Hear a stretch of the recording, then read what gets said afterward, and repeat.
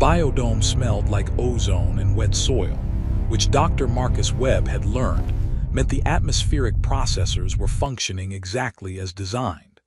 He'd been on Kepler 442b for 6 months now, cataloging alien plant life that seemed determined to violate every principle of Earth botany he'd ever learned.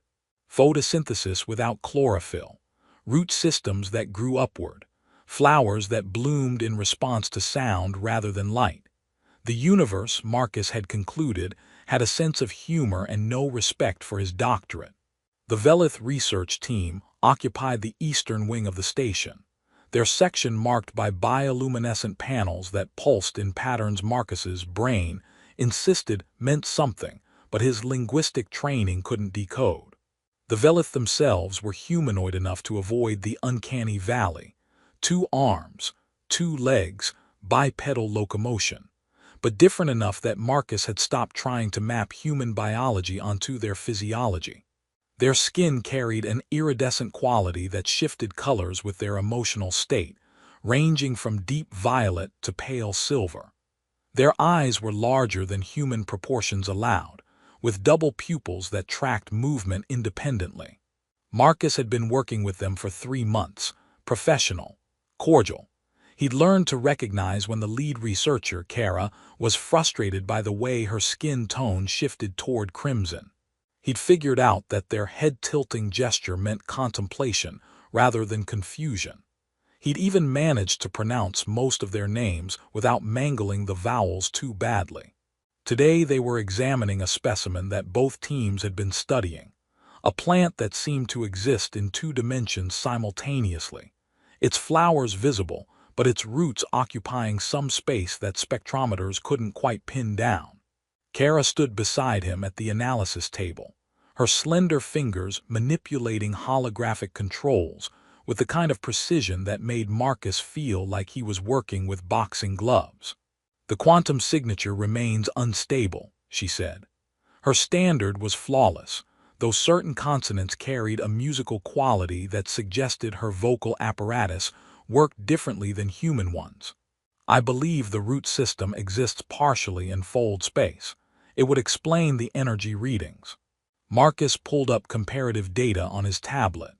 "That would make this the first confirmed macroscopic organism with natural fold space integration. Do you realize what that means?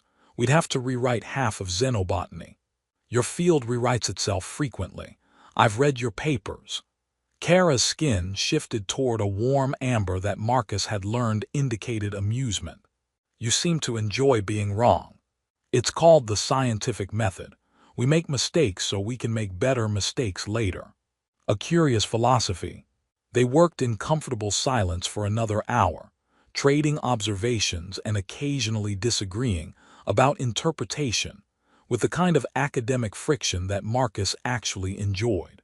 Kara was brilliant, methodical, and had a dry wit that translated surprisingly well across species lines.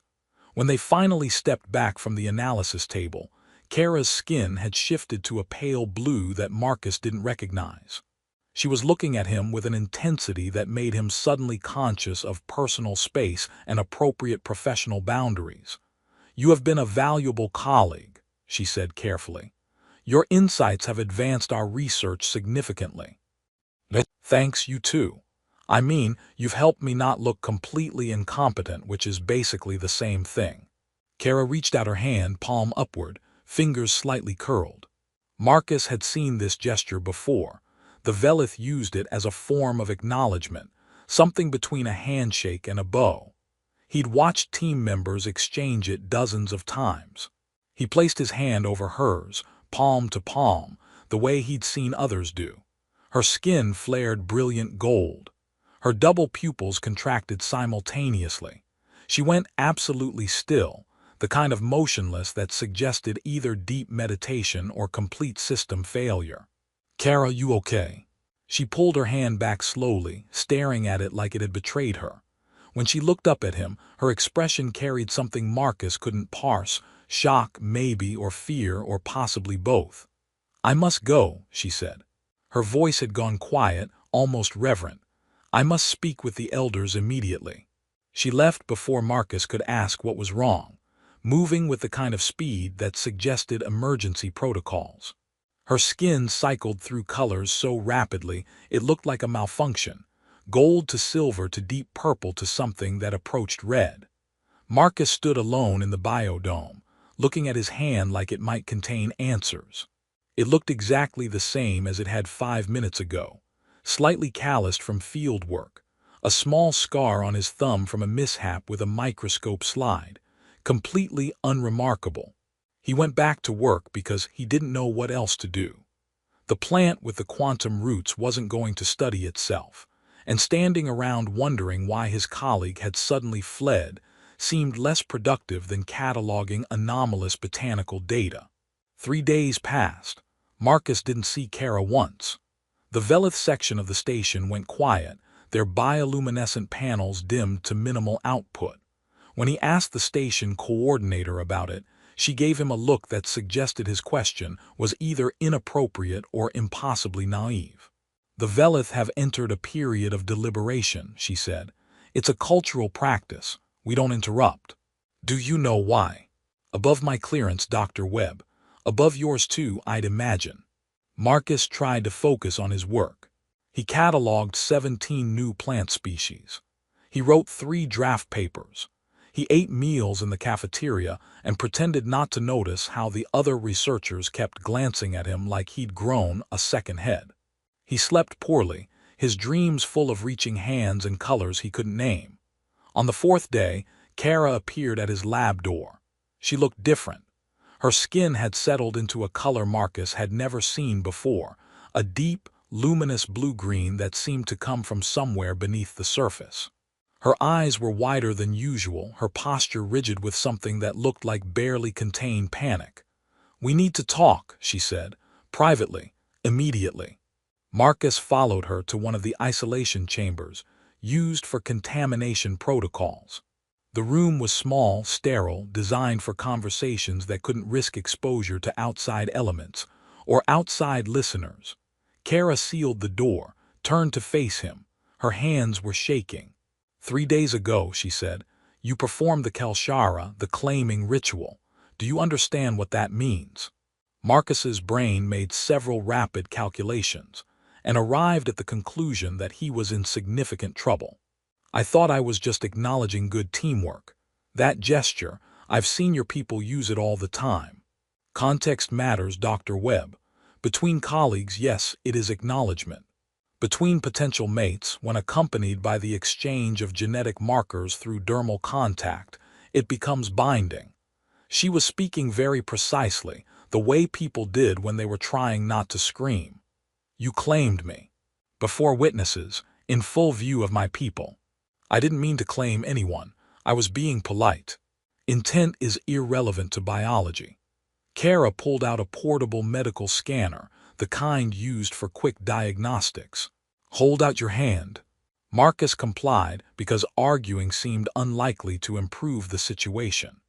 The scanner hummed over his palm, its display filling with data that looked simultaneously familiar and completely alien.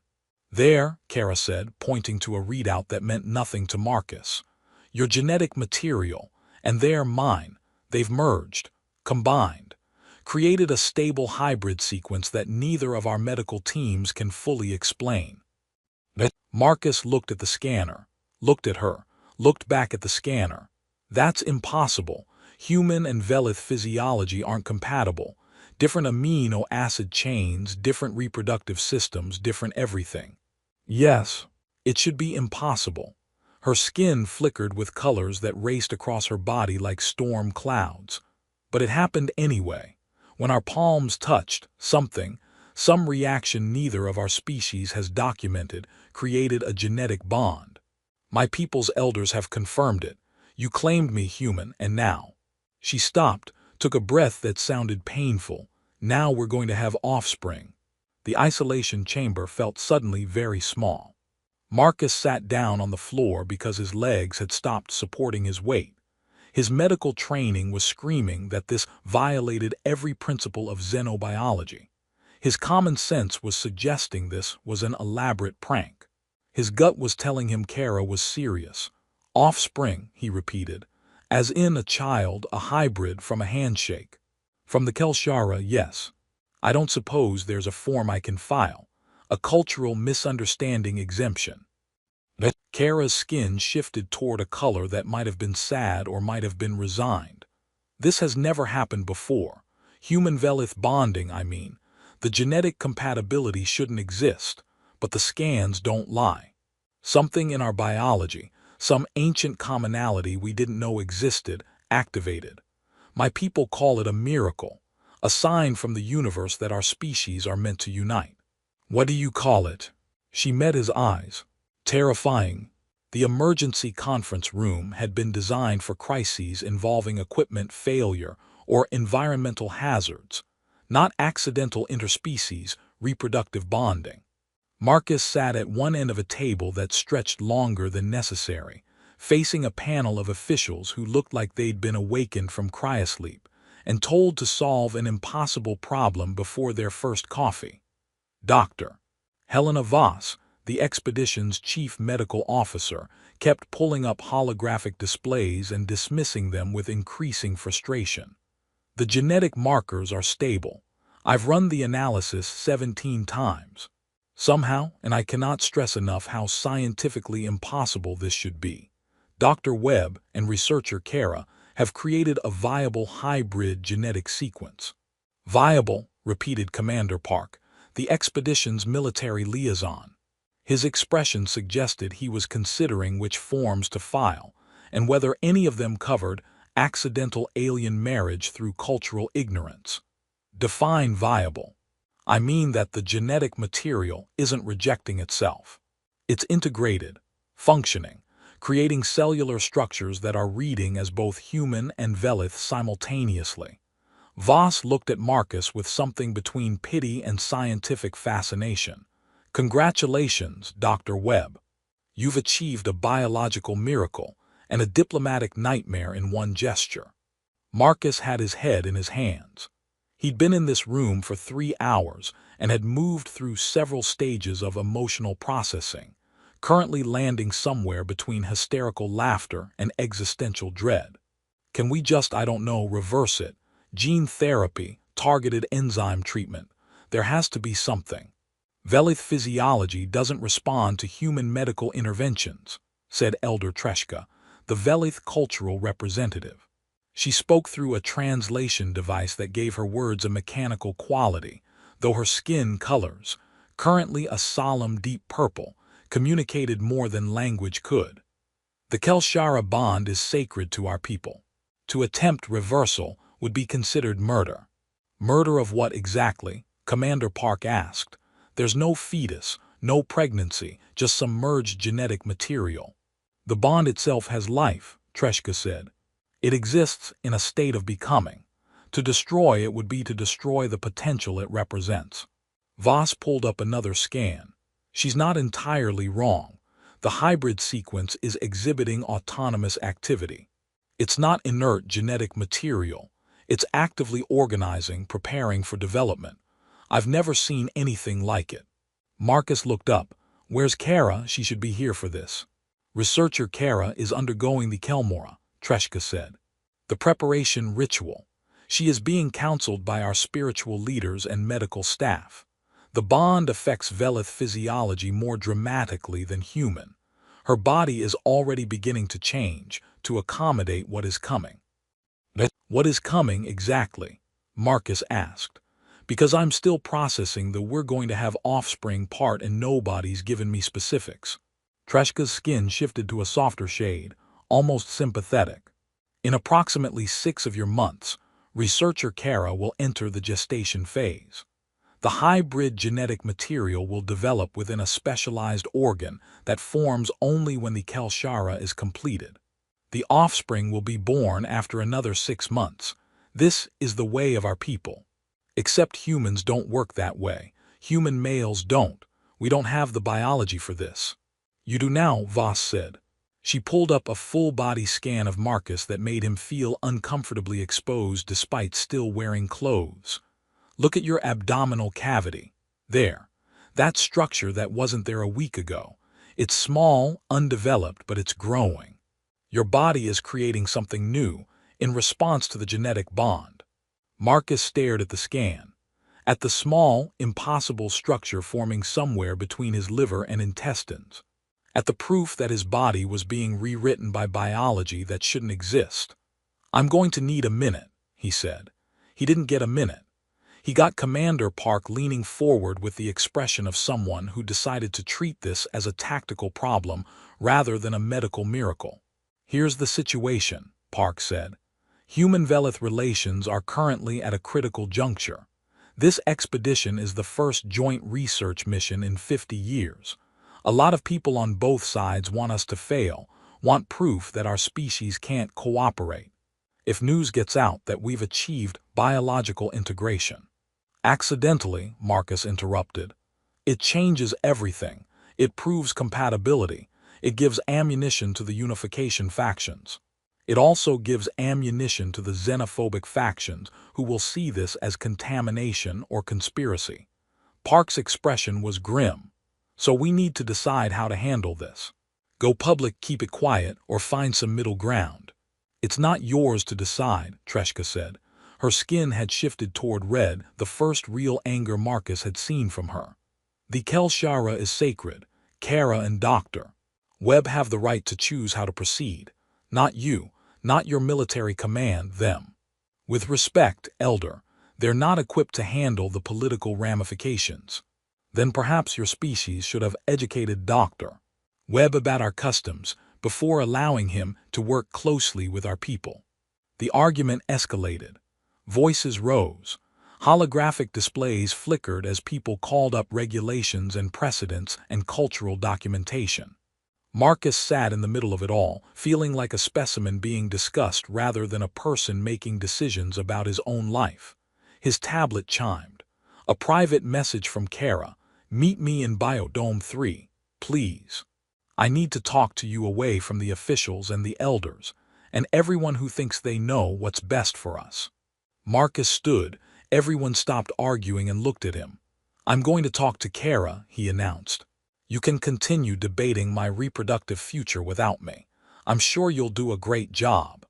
He left before anyone could object, though he heard Commander Park calling after him about protocols and proper channels and security clearances. Marcus ignored all of it. His life had already violated protocols in ways that made paperwork seem quaint. Biodome 3 was the smallest of the research domes, dedicated to controlled ecosystem studies. Kara stood among a grove of earth bamboo that the botany team had been cultivating, her skin shifting through colors in a pattern Marcus now recognized as anxiety. She looked fragile in a way he'd never seen before, her usual confidence replaced by something raw.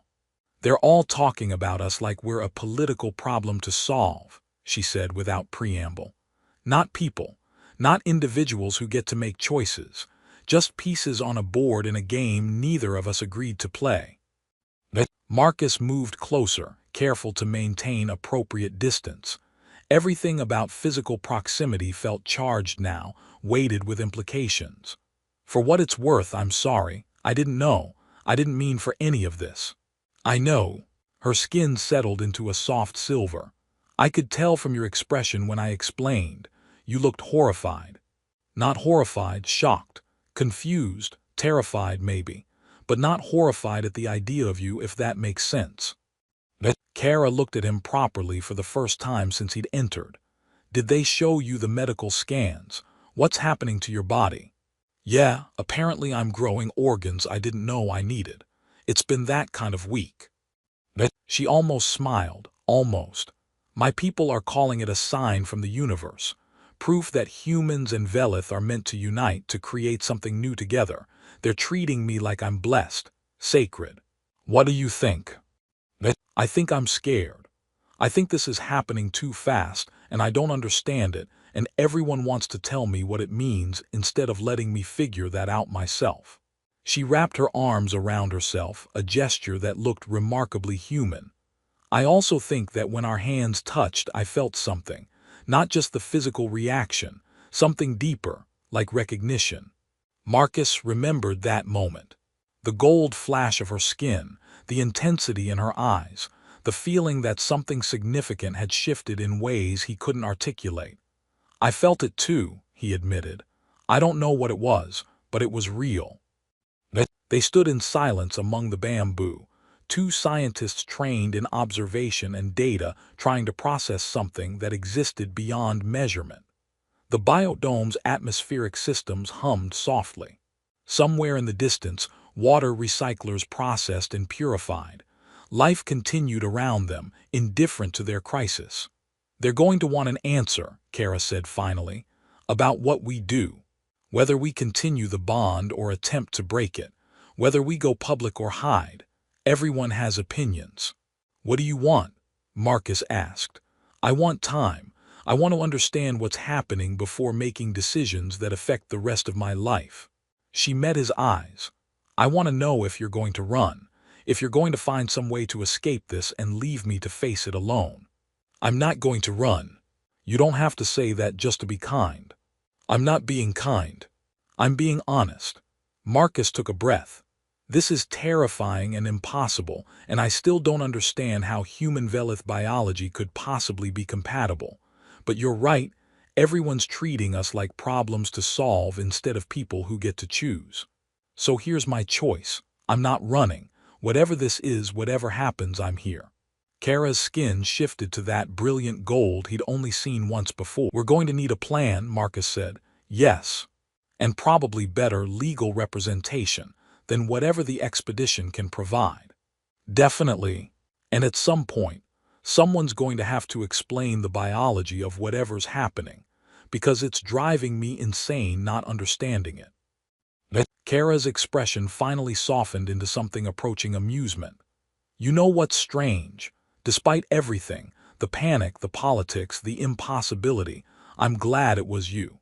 If this had to happen, I'm glad it was with someone who cares about understanding things. Someone who asks questions. Even stupid questions like, can we just reverse the impossible genetic bond? Especially those questions." They left the biodome together, hands still touching, returning to a station full of officials and debates and people with agendas. But something had shifted. They weren't specimens anymore, weren't problems. They were collaborators, partners. Two scientists facing the universe's strangest experiment with the only tools they had: curiosity, stubbornness, and each other. The research station had developed what Marcus could only describe as an atmosphere of aggressive curiosity. Scientists who'd previously ignored him now cornered him in corridors asking about cellular integration rates.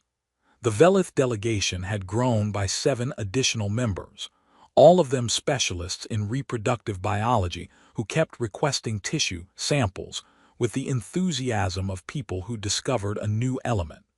Marcus had given up counting how many times he'd had to politely decline having his various fluids analyzed. "They mean well," Kara said over breakfast in the communal dining area. Her skin had settled into a steady teal that Marcus had learned indicated calm focus. "My people see this as a breakthrough, the first confirmed human Velith genetic compatibility in history." Marcus pushed his synthetic eggs around his plate. They'd been engineered to provide optimal nutrition and tasted exactly like the concept of disappointment. "Your people keep using words like breakthrough and miracle. Mine keep using words like anomaly and potential contamination risk. It's very reassuring." "Have you spoken with your family?" "I sent a message to my sister. Tried to explain the situation without making it sound like I accidentally got alien married during a handshake. I don't think I succeeded. She responded with 17 question marks and a request to call her immediately." Kara's skin flickered with amber. "You're close with your sister." "She's the only one who still talks to me after I chose xenobiology over a practical career. My parents wanted me to be a medical doctor, help real people with real problems, not catalog alien plants on distant worlds." Marcus took a bite of the terrible eggs. "What about you? Do you have family who are taking this well?" "My birth collective is conflicted, proud that I'm part of something historic, concerned about the political implications. worried that I'm being pressured into decisions I'm not ready for. She paused. My mother bond sent me a message saying she always knew I'd accomplish something remarkable, though she expected it would involve botany rather than reproduction. Your mother has a sense of humor. She also included 17 pages of advice about raising hybrid offspring. I haven't read it yet. I'm not sure I'm ready for 17 pages. They ate in companionable silence for a moment, surrounded by the subtle noise of a station waking up, conversations in multiple languages, the hum of food processors, the occasional clatter of utensils against plates. Doctor. Voss approached their table with the expression of someone bearing news that could go either way. I need to run more tests, both of you. The hybrid genetic structure is developing faster than our models predicted. Marcus set down his fork. Define faster.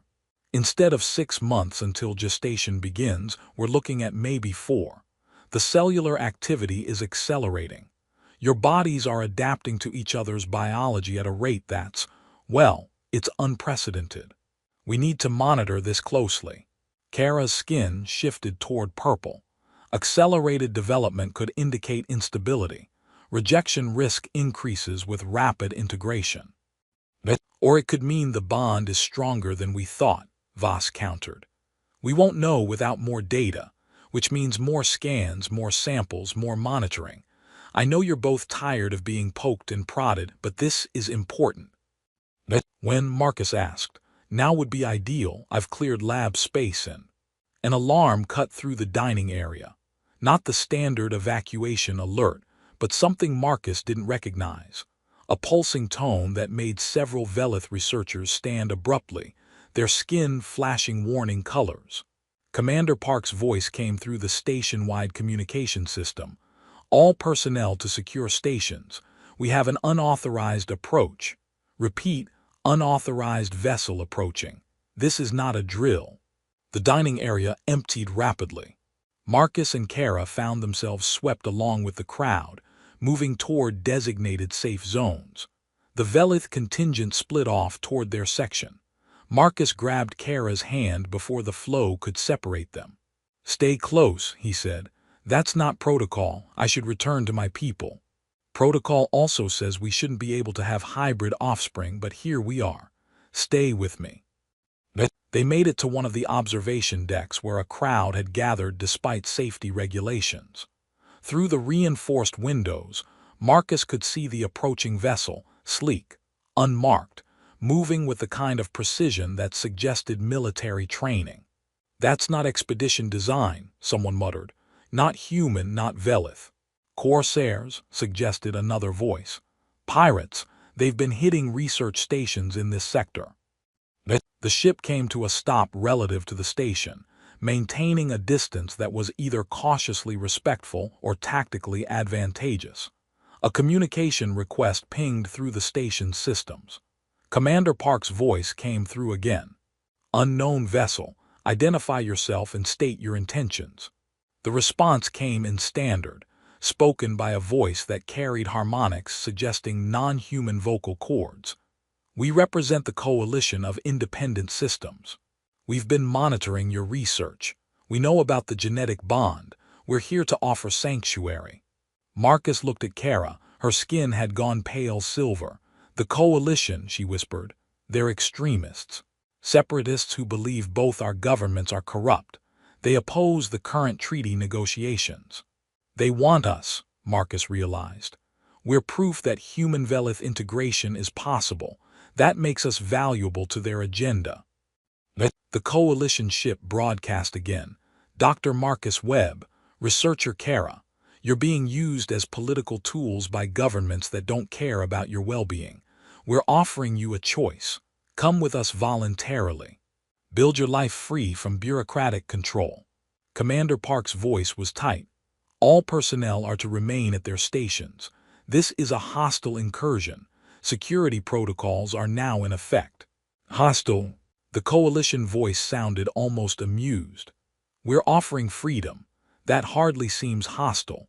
Dr. Webb, researcher Kara, You have 60 seconds to respond before we take matters into our own hands. The observation deck erupted in arguments. Several scientists wanted to evacuate to more secure locations. Others wanted to know what "take matters into our own hands" meant.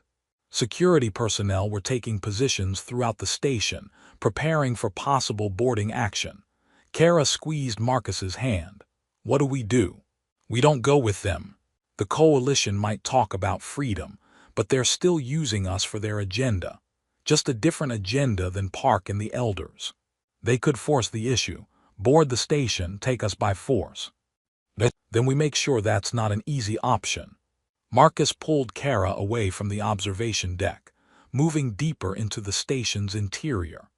If the coalition wanted them badly enough to risk boarding action, the safest place wasn't near exterior walls and airlocks. They headed for the central core, the most secure and protected section of the facility. They passed Elder Treshka in the corridor. She looked at them, at their joined hands, and something in her expression shifted. "You're running," she said. "Not an accusation, an observation. We're not letting anyone make this decision for us," Marcus said. "Not the coalition, not Park, not anyone. This is our life, our choice." Treshka's skin shifted through colors rapidly, settling finally on something Marcus didn't recognize, almost white, shot through with veins of gold. "Then go, quickly. There's a maintenance corridor that leads to the emergency pods. If you have to run, at least run together." "Why are you helping us?" "Because the Kelshara is about choice, about two individuals deciding to build something together. If I don't honor that, what right do I have to call myself an elder?" She pointed down a side corridor. "Go, before someone with less philosophical flexibility finds you." They ran. Behind them, alarms continued to sound. Ahead, the maintenance corridor stretched into dimness, lit by emergency lighting that cast everything in shades of red. Their footsteps echoed off metal walls. "Do you know how to pilot an emergency pod?" Kara asked, slightly breathless. "I've taken the required training courses, which means I know approximately enough to crash one spectacularly." "That's not reassuring." "I'm running low on reassuring statements. Would you accept, 'I'll do my best'?" Park stood in the entrance to the bay, flanked by two security officers. He didn't have his weapon drawn, but his hand rested near it. His expression was harder than Marcus had seen before. "You can't run," Park said. "The coalition ship is still out there. Even if you launch, they'll track you, capture you.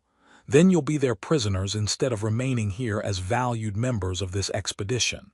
"Valued members," Marcus laughed. It sounded slightly unhinged even to his own ears. "Park, you've spent the last week treating us like potential security risks. Now you're concerned about our well-being. I'm concerned about maintaining the integrity of this mission.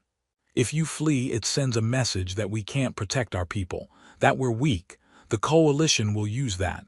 They'll spin it as proof that our governments are corrupt and oppressive." Park took a step forward. "Stay, work with us. We can keep you safe. By locking us in secure rooms and controlling our movements and deciding who we talk to." Kara's voice was quiet but firm. "That's not safety. That's custody. It's protection. It's control." An explosion rocked the station. Not close, but loud enough to rattle the emergency pods in their tubes. The coalition had apparently decided 60 seconds was long enough to wait. Park swore, touched his communication device. "Report, what was that?" A voice crackled back. "They've breached the docking bay, cutting through the airlock. We have maybe 5 minutes before they're inside." Park looked at Marcus and Kara, at the emergency pod, at the impossible situation that had just gotten exponentially worse.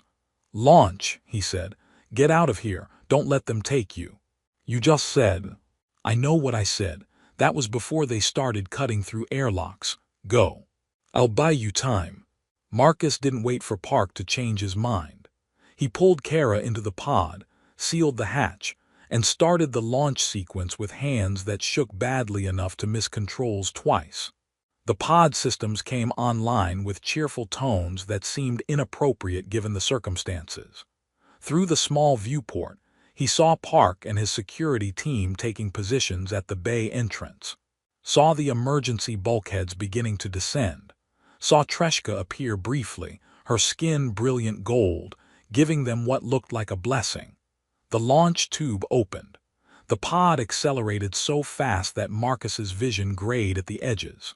Then they were free, spinning away from the station into open space, two people in a craft designed for short-range evacuation, with no clear destination and a hostile ship somewhere nearby. Kara gripped his hand. "Where do we go?"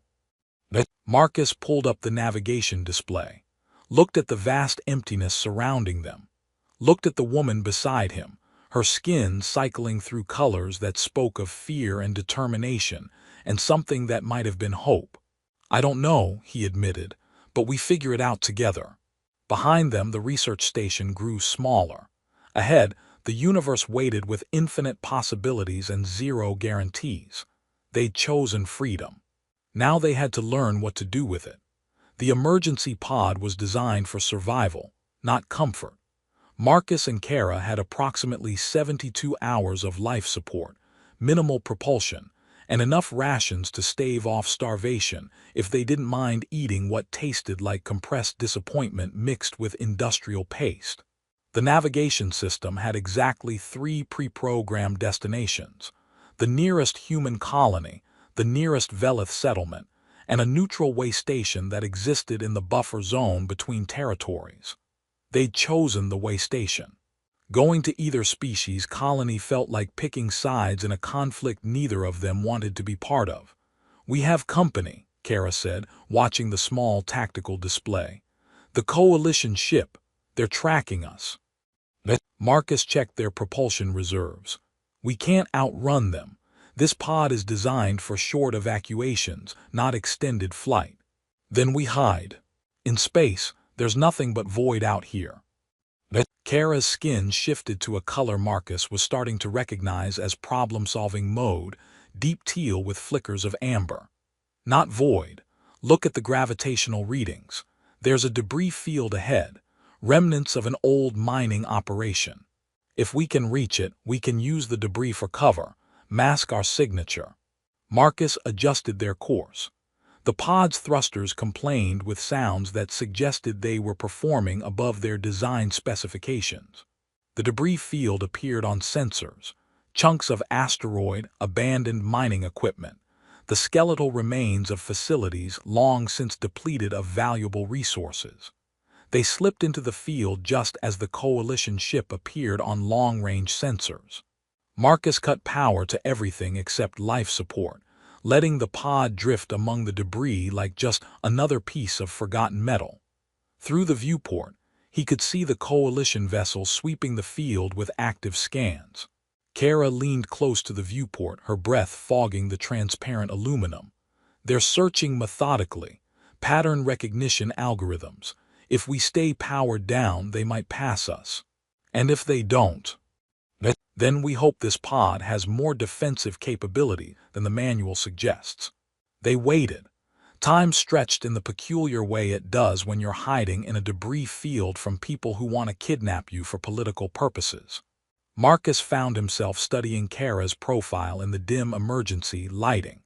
The elegant line of her jaw, the way her skin colors shifted with subtle emotional changes, the double pupils that could track his movement even when she was looking elsewhere.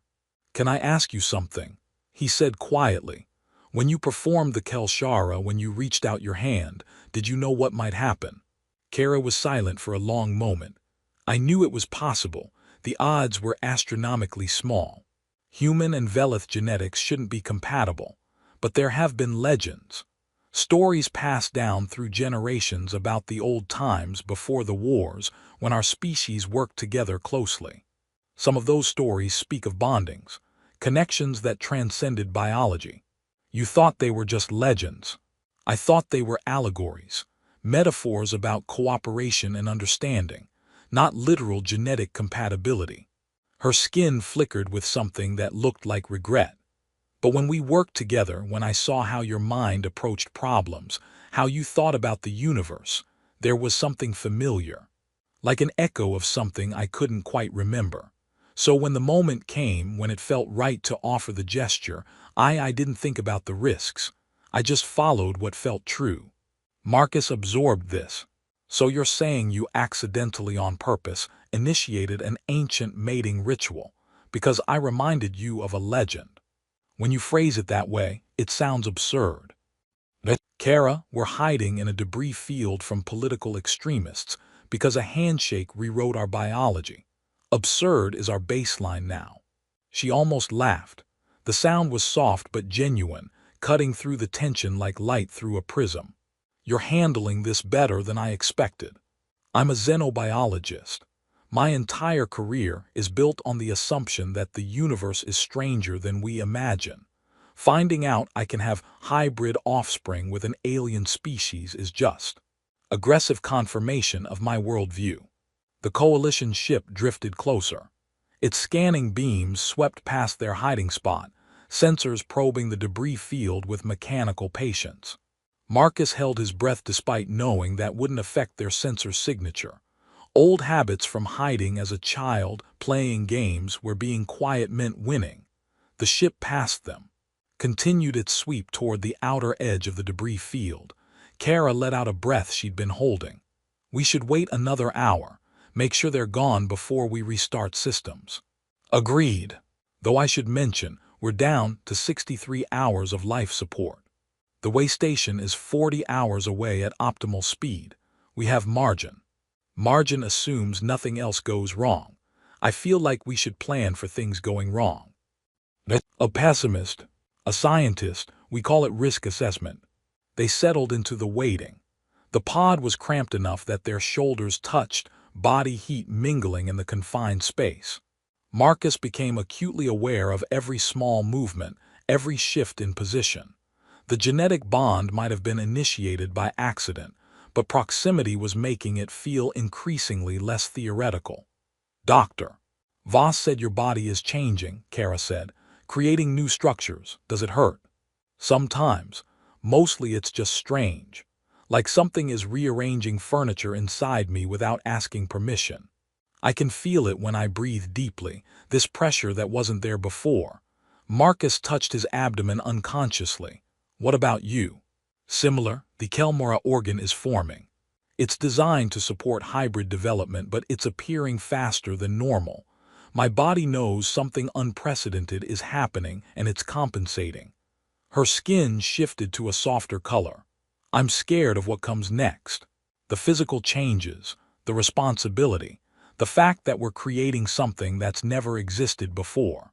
Life always existed before, though, Marcus said, just in different forms, different combinations.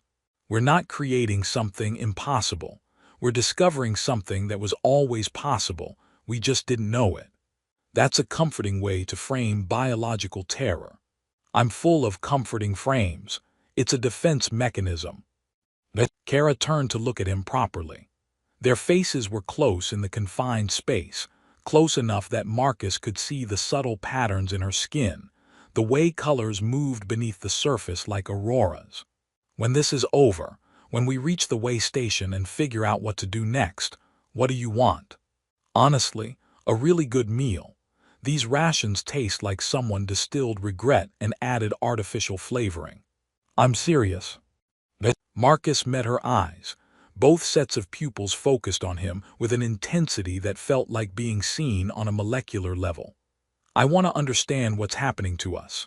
I want to study it properly, without political pressure or military oversight or people treating us like we're experiments instead of people. I want time to figure out if this bond is something we can build a life around, or if we're just two people thrown together by impossible circumstances who need to find a way to coexist. And the offspring. I'm terrified but also curious, which is basically how I approach everything. He paused. What do you want? I want to stop running.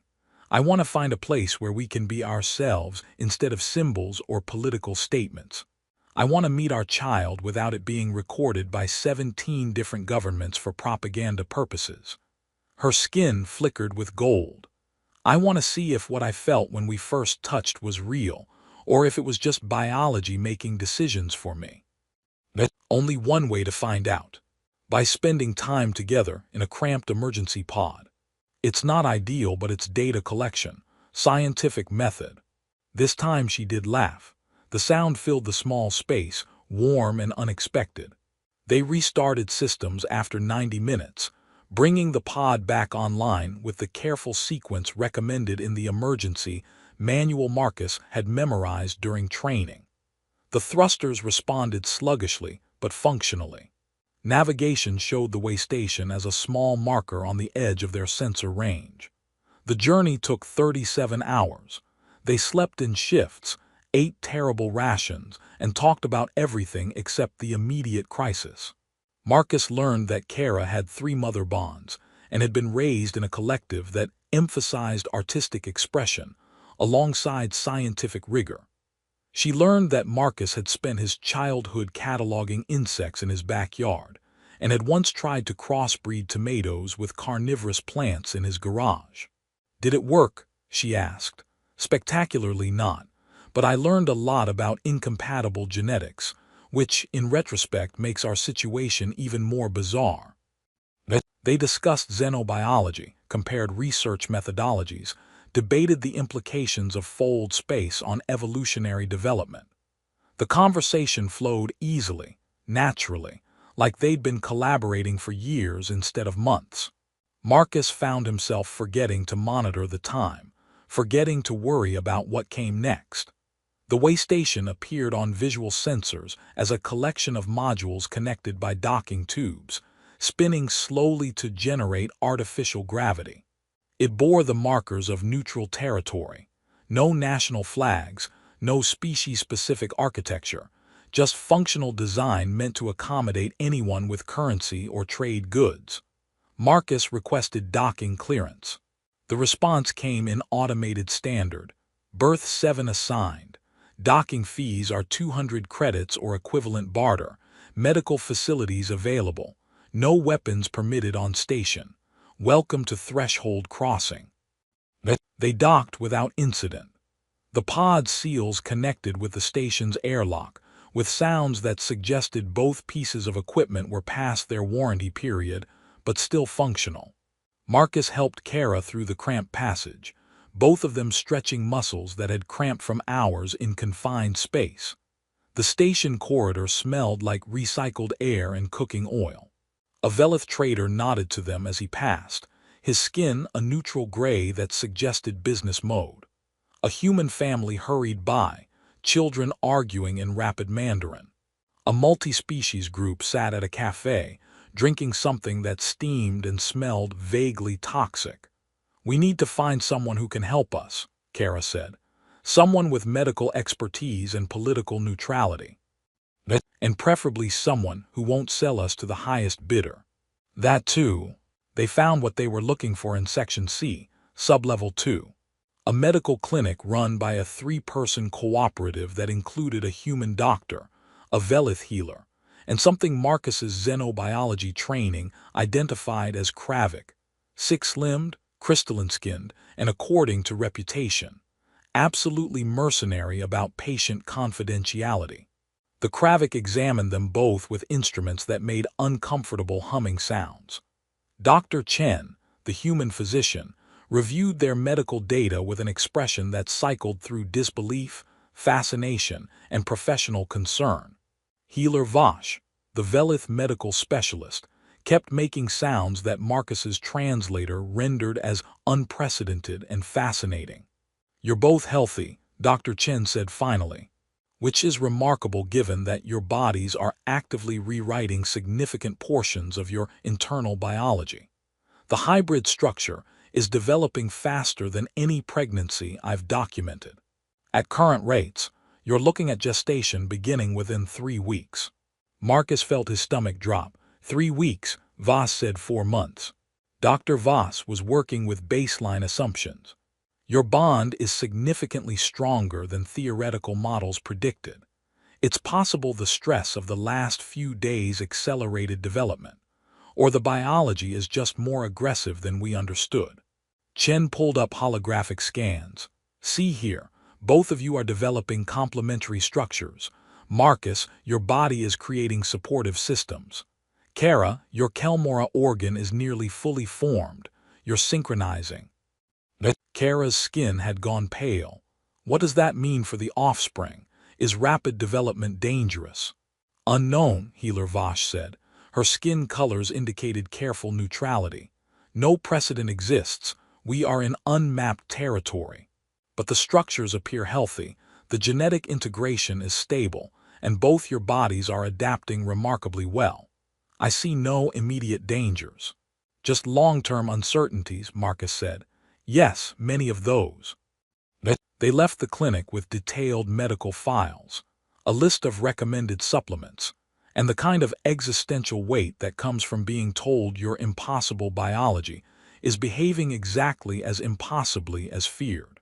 The station's main promenade stretched before them, full of traders and travelers and people living lives that didn't involve rewriting the rules of reproductive biology. 3 weeks, Kara said quietly. I thought we'd have more time. We have exactly as much time as we have. We can spend it panicking or we can spend it preparing. Marcus took her hand. The gesture felt natural now, instinctive. We need to find somewhere to stay. Somewhere safe, where we can figure out our next steps. They found a small residential module available for short-term rental.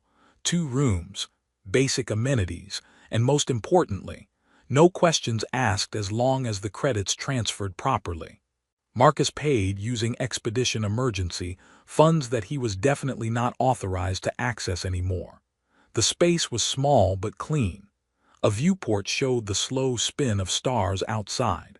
Kara stood looking out at them, her reflection ghostly in the transparent aluminum. My people will be looking for me, she said. Your people will be looking for you. The coalition certainly hasn't given up. We can't stay here forever. No, but we can stay here long enough to think, to plan, to decide what kind of life we want to build. Marcus moved to stand beside her. You said you wanted to stop running, so we stop. We figure out how to live instead of just survive. With a child coming in 3 weeks. With a child coming in 3 weeks, he agreed. Which is terrifying and impossible, and honestly kind of exciting if I don't think about it too hard. Kara turned to him. Her skin was cycling through colors, anxiety purple mixing with hopeful amber, fear silver blending with determined gold. I don't know how to do this. Raise a hybrid child. Build a life with someone I barely know. Navigate the political nightmare we're in the center of. Nobody knows how to do this. That's what makes it interesting. Marcus smiled. We're scientists. We're trained to figure out things nobody understands. We'll apply the scientific method. To parenthood. Why not? Observe, hypothesize, test, refine. Keep what works, discard what doesn't. That's possibly the strangest approach to family I've ever heard. You're creating life with a human through an accidental handshake. Strange is our brand now. She laughed. Really laughed.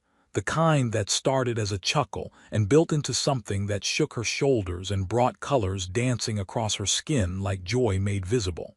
Marcus found himself laughing too, the absurdity of everything finally breaking through the stress and fear. They were still laughing when the door chimed. Marcus checked the monitor, expecting station security or possibly someone looking for the previous tenant. Instead, he saw Elder Treshka and Commander Park standing in the corridor outside, looking remarkably uncomfortable together. Marcus opened the door. This is either a rescue or an arrest. I'm genuinely not sure which. Neither, Treshka said. Her skin was a diplomatic neutral. May we come in? We've come a long way to speak with you both. They entered, Park looking around the small space with tactical awareness, while Treshka moved with the careful grace of someone navigating unfamiliar territory. They sat at the small table, 4 people who'd been on opposite sides of a crisis now crammed into a rental unit. The coalition attacked the research station, Park said without preamble. boarded us, demanded you be turned over. We told them you'd escaped. They didn't believe us, searched for 6 hours before accepting you were really gone. How did you find us? Kara asked. We tracked your pod's trajectory and made educated guesses about destination. Park's expression softened slightly. We're not here to bring you back. We're here to tell you that both our governments have officially declared you autonomous agents. You're not property, not political tools. You have the right to make your own choices. Marcus blinked. That seems remarkably progressive for bureaucracies that wanted to control everything last week. Last week, they didn't have the coalition boarding research stations and threatening to start a war over 2 individuals. Treshka's skin showed colors Marcus interpreted as wry amusement. Sometimes it takes crisis to create policy change. Both your governments have agreed. The Kelshara Bond grants you legal autonomy. You can go where you wish. Build your life as you choose. Raise your child free from governmental interference. What's the catch? Marcus asked, because there was always a catch. Periodic medical check-ins, Park said, non-invasive. Optional but strongly encouraged. Both governments want data on hybrid development, not to control you but to understand what's possible, for future reference. And in return, protection, Treshka said, if you want it. Security details, financial support, access to medical facilities. Or you can refuse all of it and live independently. The choice is genuinely yours. Kara looked at Marcus. He looked back at her. An entire conversation passed between them in that look: questions, concerns, cautious hope. We'll think about it, Marcus said. But we're staying here for now. We need time, space. The chance to figure out who we are together before we decide what relationship we want with government that spent the last week arguing about our reproductive future. Fair enough, Park stood. You have our contact information. When you're ready to talk, we'll listen. Until then, he paused at the door. For what it's worth, I'm sorry about all of it. You deserved better treatment than you received. After they left, Marcus and Kara sat in silence, processing the sudden shift from fugitives to autonomous agents. The universe had turned on its axis again, revealing new possibilities. 3 weeks, Kara said finally. Then everything changes. Then everything changes, Marcus agreed. But we'll figure it out together. He took her hand. She laced her fingers through his, the gesture that had started everything now feeling like an anchor point. Outside their viewport,